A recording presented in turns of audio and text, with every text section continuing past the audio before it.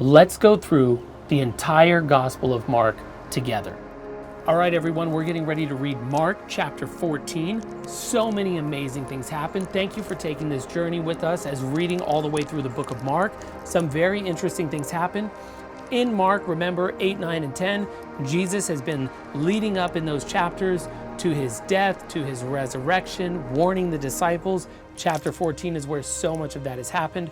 We've talked a lot about the messianic secret and how in the book of Mark, in the narrative, people really don't know what he is most of the time, minus demons and unclean spirits. For the others, outside of Peter in chapter 8 saying, "You are the Christ," most other people are a little bit confused and don't always understand. Chapter 14 is the first time that he flat out says, "I am the Christ." Let's begin to read. It was now 2 days before the Passover and the Feast of Unleavened Bread. And the chief priests and the scribes were seeking how to arrest him by stealth and kill him. For they said, "Not during the feast, lest there will be an uproar from the people."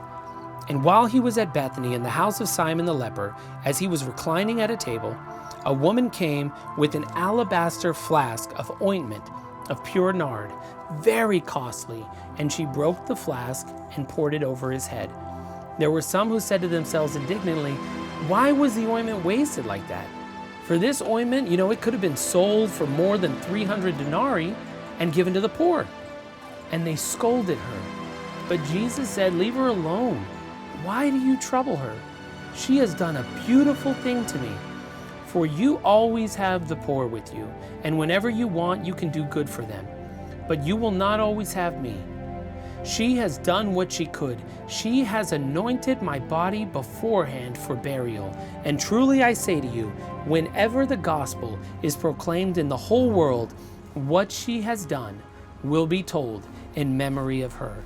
Now, before we move on, because the very next thing is Judas betraying Christ, I want to talk about the fact that chapters 8, 9, and 10, if you remember, those are the 3 times that Jesus is telling them, listen, I'm going to be flogged, I'm going to be beaten, I'm going to be killed, I'm going to be buried, and I'm going to rise again. And here it is, and we talk about this messianic secret all throughout Mark. And in the early chapters, especially the first 5 chapters, there's a ton of references to unclean spirits and demons that call him the Son of God.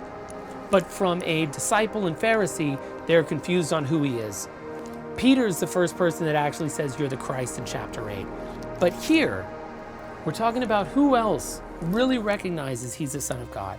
And here's this woman, we don't even really know her name, that's going to put an alabaster flask of oil, and it's super costly, and she's anointing him. And what he says, "She has anointed my body beforehand for burial." I love that because it's pointing to the fact that maybe here's someone else who knows that this is the Son of God. Now let's keep reading.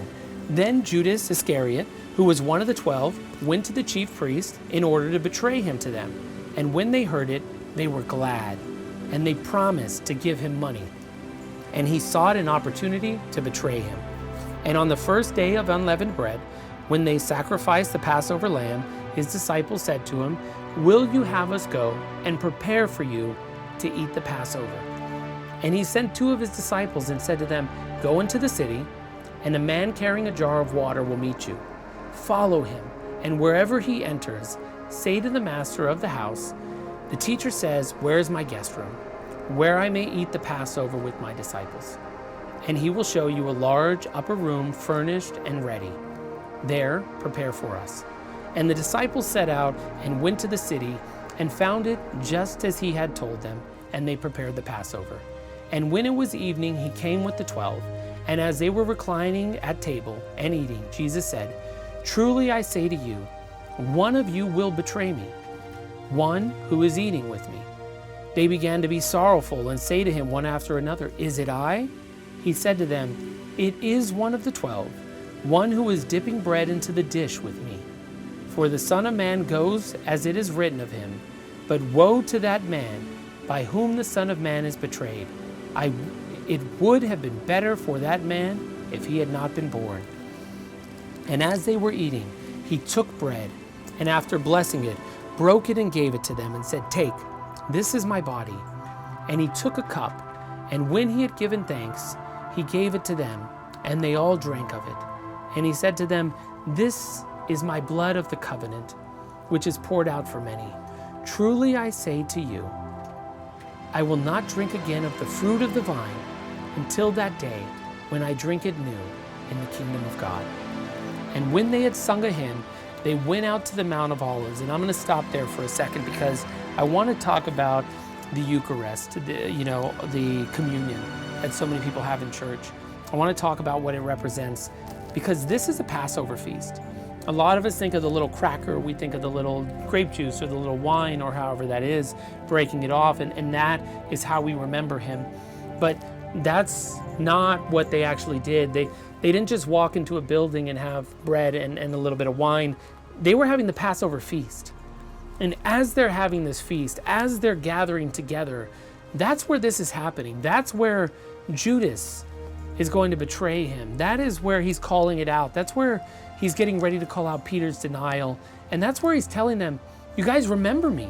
This is all about to go down. This is our last Passover feast. Remember me. Now let's keep going.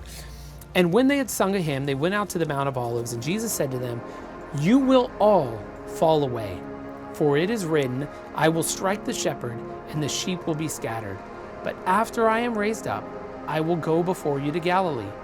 Peter said to him, "Even though they all fall away, I will not." And Jesus said to him, "Truly I tell you, this very night, before the rooster crows twice, you will deny me 3 times. But he said emphatically, "If I must die with you, I will not deny you." And they all said the same. I think this is important. We're going to stop there for a second before we go on, because I want to talk about what's happened all throughout Mark. Because all throughout Mark, we've seen the disciples set up in a way that they don't really get it. I wouldn't say that they're not all in, because obviously they are from so many perspectives, but that their faith lacks, that they go through these struggles. And one of the things we're going to see, especially here, is if you remember when they're talking about, can we sit at the right hand? And Christ says, can you drink from the cup that I drink? And he's just talking about being killed and his resurrection. And here he's warning them, all of you are going to fall away. All of you. Not one is not going to mess this up. And I think this is so important because remember, this is 30 years later that this is written. This is a little bit more than 30 years later. And we're talking about these are the same people now that are running the church. These are the same people that are being martyred, being persecuted, that so much is happening. These are the church forefathers. And we're reading about how much they lacked faith, how much they didn't get it, and how much at the end they even turned away from Christ. And why is that important for a new believer or for an old believer? Because it is never too late, ever too late to be all in. And we know that because these same people that didn't get it, these same people that would fall away, these same people that would deny Jesus are the same ones that ended up spreading the gospel and giving their lives for Jesus. Now let's keep reading. And they went to a place called Gethsemane, and he said to his disciples, "Sit here while I pray." And he took with him Peter and James and John, and began to be greatly distressed and troubled. And he said to them, "My soul is very sorrowful, even to death. Remain here and watch." And going a little farther, he fell on the ground and prayed that if it were possible, the hour might pass from him. And he said, "Abba, Father, all things are possible for you. Remove this cup from me, yet not what I will, but what you will." Now, think about this. Remove this cup from me. He just asked a couple of chapters ago if the two that wanted to sit on his right hand can drink from the cup that he drinks from. And now here he's asking God, can you, Father, can you remove this cup from me? He's speaking to him as his Father, just hitting on the fact that this is the Son of God. And he came and found them sleeping and said to Peter, "Simon, are you also asleep? Could you not watch 1 hour? Watch and pray that you may not enter into temptation. The spirit is indeed willing, but the flesh is weak." And again he went away and prayed, saying the same words. And again he came and found them sleepy, for their eyes were very hairy, and they did not know what to answer him. And he came the third time and said to them, Are you still sleeping and taking your rest? It is enough. The hour has come. The Son of Man is betrayed into the hand of sinners. Rise, let us be going. See, my betrayer is at hand. And immediately while he was still speaking, Judas came, one of the 12, and with him a crowd with swords and clubs from the chief priests and the scribes and the elders. Now the betrayer had given them a sign. The one I will kiss is the man.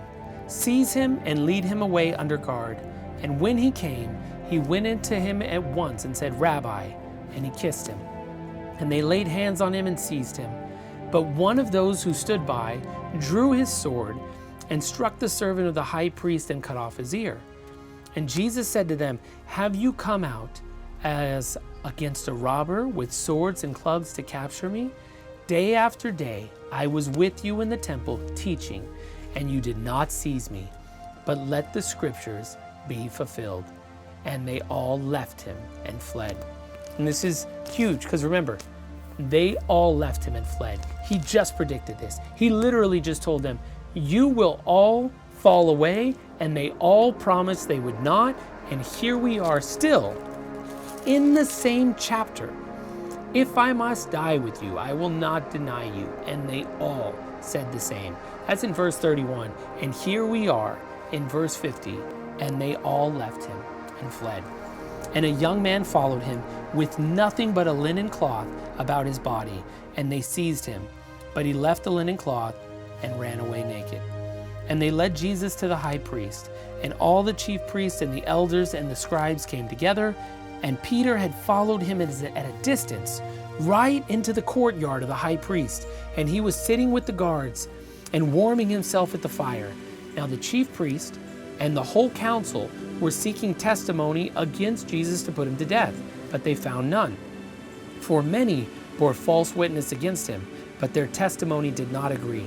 And some stood up and bore false witness against him, saying, We heard him say, I will destroy this temple that is made with hands, and in 3 days I will build another, not made with hands. Yet even about this their testimony did not agree.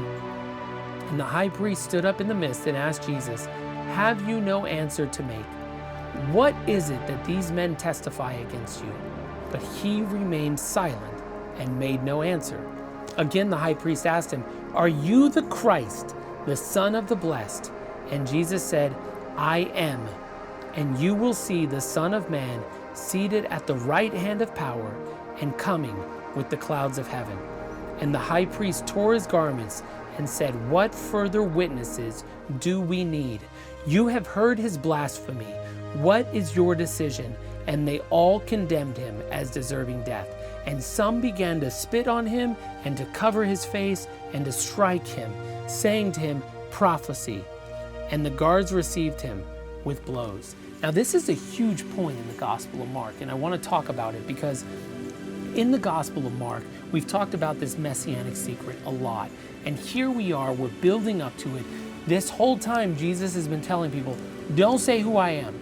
In the first 6 chapters, you heard it a lot. Tell no one. Don't tell anyone. Keep this to yourself. It's a secret. And now here he is, and they're asking him, Are you the Christ? And he says, I am. And that's huge. Let's keep going. And as Peter was below in the courtyard, one of the servant girls of the high priest came, and seeing Peter warming himself, she looked at him and said, You also were with the Nazarene Jesus. But he denied it. I neither know nor understand what you mean. And he went out into the gateway, and the rooster crowed.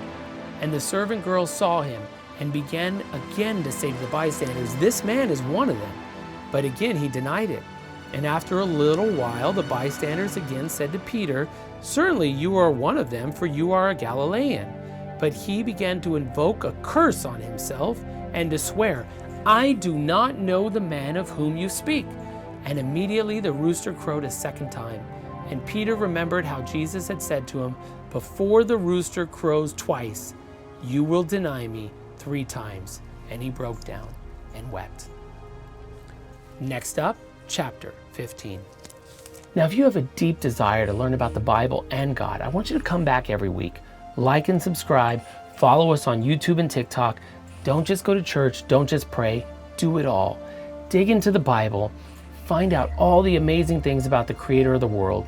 Because at the end of the day, we're all flawed, but we have faith that God can still do great things with us.